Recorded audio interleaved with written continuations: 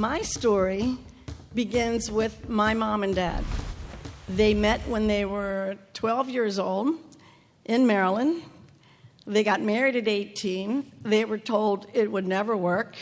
And they loved and lived and laughed for 66 years of marriage together. Right? They took a chance.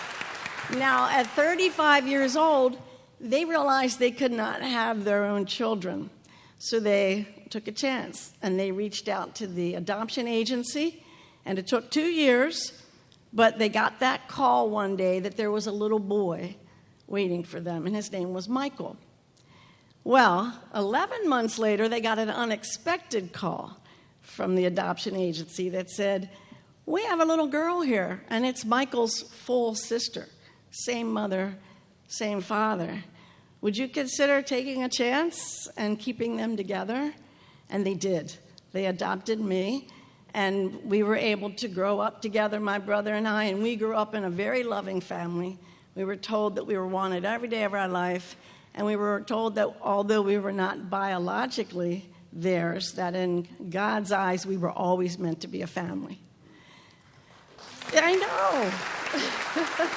Well, fast forward 19 years, and I decided I wanted to head out and live on the West Coast at the place where the mountains meet the sea. So I packed up my car, and with my parents' blessing, I headed west, and I didn't know anyone. I didn't know where I was going. I just knew I wanted to be at the beach in California, and I took a chance. I started a travel company. I met friends that 35 years later are my family. I was able to travel. I was able to share travel with my mom and dad. I took my brother and his wife and kids places, and it was so fulfilling to have taken that chance until it wasn't. My wonderful world came to an incredibly challenging halt when I was in a horrific accident. I've had multiple spinal surgeries. 1 year later, I was diagnosed with cancer. And 1 month after I rang that bell that I was cancer-free, my daddy went in the hospital, and he died that Christmas. He died over those holidays. Well, we moved my mom out of the house. She'd been in for 55 years. She died 1 year later to the week that my daddy passed. And I buried Rick 1 year later to the very day that my mom passed. I was broken. I was gutted. I was floundering. And my niece, who rocks my world, she's my favorite woman in the world, my niece called me one day. And she said, "Auntie," she said, "Dad's on the phone. Are you sitting down?" And I said, "Yeah, baby, what's up?" And she said, "Auntie, I'm going to send you a picture. I want you to look at this picture." I said, "Okay, baby." And she sent me a picture.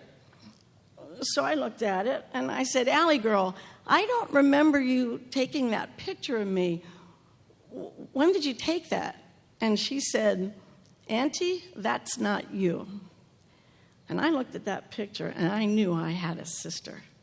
And I always wanted a sister. I always wanted a sister. And she said, "Auntie, I'm going to send you another picture."